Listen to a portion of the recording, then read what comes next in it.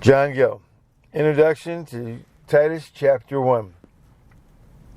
This chapter contains the inscription of the epistle, the apostle's salutation and prefix to it, an account of the qualifications of an elder or pastor of a church, a description of these teachers, and a charge to Titus to rebuke the Christians for their errors and immoralities. The inscription and salutation are in Titus chapter 1, verse 1, in which the writer of the epistle is described by his name and office, by the faith and hope he had,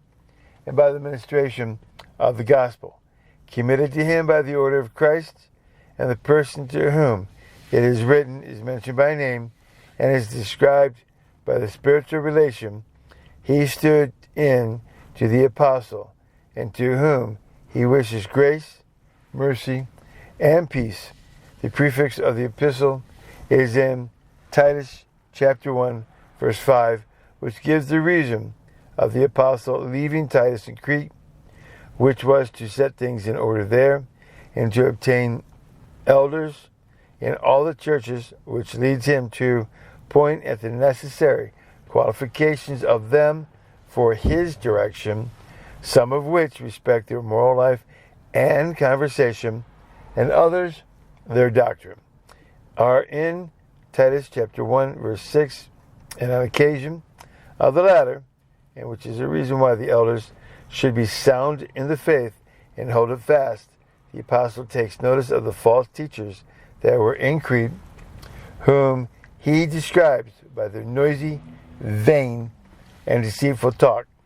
by their being pernicious and hurtful to whole families, and by their covetousness and sensuality, which is confirmed by a testimony out of one of Crete's poets, Titus 1, verse 10, wherefore he charges Titus sharply to rebuke either these false teachers or those they had corrupt, that they regard sound doctrine and not Jewish fables and the commandments of erroneous men. Titus chapter 1, verse 13, and instances in things forbidden in the law of Moses as unclean, which were not now to be attended to by those who were pure in heart and sound in faith, to whom all things were pure and lawful, and as for others that were impure, whose minds and consciences were defiled and were unbelieving, nothing was pure to them. Titus chapter 1, verse 15.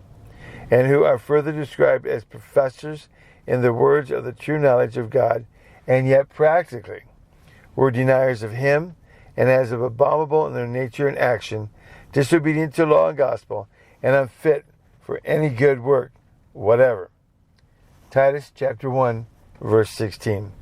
End of the introduction to Titus chapter 1 by John Gill.